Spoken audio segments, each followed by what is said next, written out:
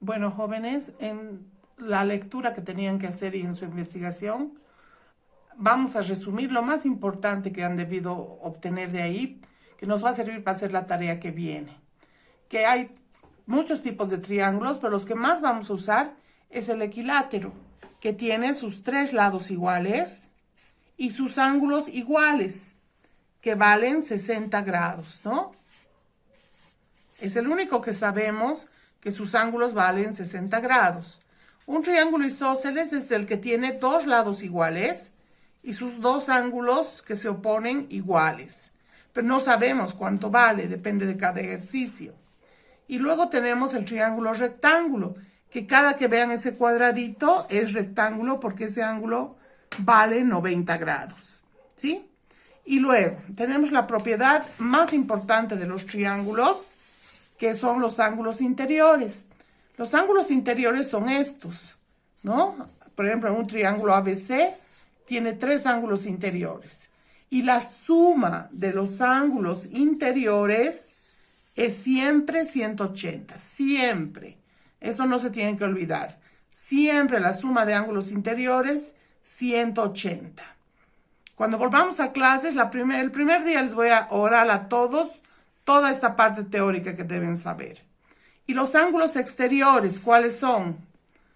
El que se forma por la prolongación de un lado del triángulo con el otro. Este es un ángulo exterior, este es un ángulo exterior y este es un ángulo exterior. La suma de los ángulos exteriores es igual a 360 grados.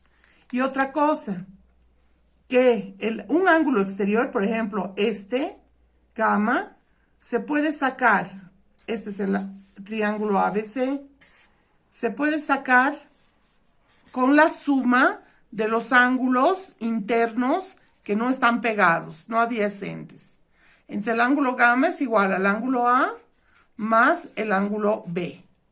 ¿Sí? Es otra manera de sacar un ángulo exterior. Ahora, con todo esto ya estamos en capacidad de hacer la tarea de la página 12.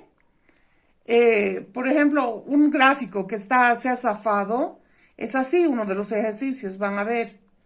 Aquí me piden que haya X. Entonces yo tengo que ver qué puedo hacer para hallar X. Y solo es usando esto que les acabo de explicar. Entonces, ¿cómo puedo hacer? Acá está X. En este triángulo tengo que hallar este ángulo que le llamaré A, digamos, y este B. Porque la suma de los tres me tiene que dar 180. En 35 ya, ¿qué tipo de ángulos son? No se olviden, se están dando un pico. ¿Cómo eran esos ángulos? Ángulos iguales pero opuestos por el vértice. Entonces empiezo a justificar. Digo, el ángulo A vale 35 por opuestos por el vértice. Listo. Ahora el ángulo B, ¿cuánto vale? Paso 2. El ángulo B vale 62 por lo mismo, opuestos por el vértice. 3.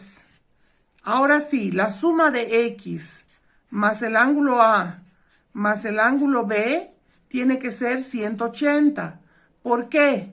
Propiedad de ángulos interiores.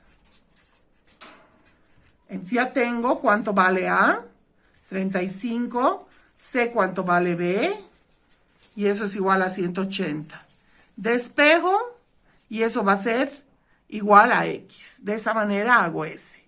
Y ahora, los que tienen enunciados, simplemente es hacer sistema de ecuaciones. A ver, vamos a hacer, por ejemplo, el 1.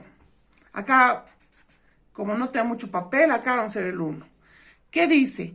De los tres ángulos de un triángulo, el mayor mide 32 más que el segundo y este 25 más que el tercero. ¿Cuánto mide cada ángulo? Lo clásico. ¿De qué estoy hablando? De los ángulos de un triángulo.